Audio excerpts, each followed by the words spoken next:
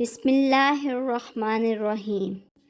صحیح بخاری حدیث نمبر 51۔ ہرقل روم کے بادشاہ نے ان سے کہا، میں نے تم سے پوچھا تھا کہ اس رسول کے ماننے والے بڑھ رہے ہیں یا گھٹ رہے ہیں؟ تو نے جواب میں بتلایا کہ وہ بڑھ رہے ہیں۔ ٹھیک ہے، ایمان کا یہی حال رہتا ہے یہاں تک کہ وہ پورا ہو جائے۔ اور میں نے تجھ سے پوچھا تھا کہ کوئی اس کے دین میں آ کر پھر اس کو برا جان کر پھر جاتا ہے؟ تو نے کہا نہیں، اور ایمان کا یہی حال ہے۔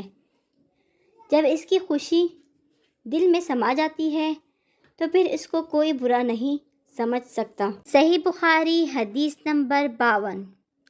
حضرت صلی اللہ علیہ وآلہ وسلم فرماتے تھے، حلال کھلا ہوا ہے اور حرام بھی کھلا ہوا ہے، اور ان دونوں کے درمیان بعض چیزیں شبہ کی ہیں جن کو بہت لوگ نہیں جانتے کہ حلال ہے یا حرام۔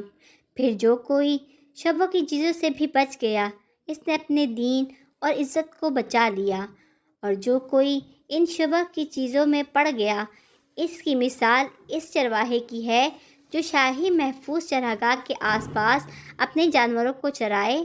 وہ قریب ہے کہ کبھی اس چراگاہ کے اندر گھس جائے اور شاہی مجرم قرار پائے۔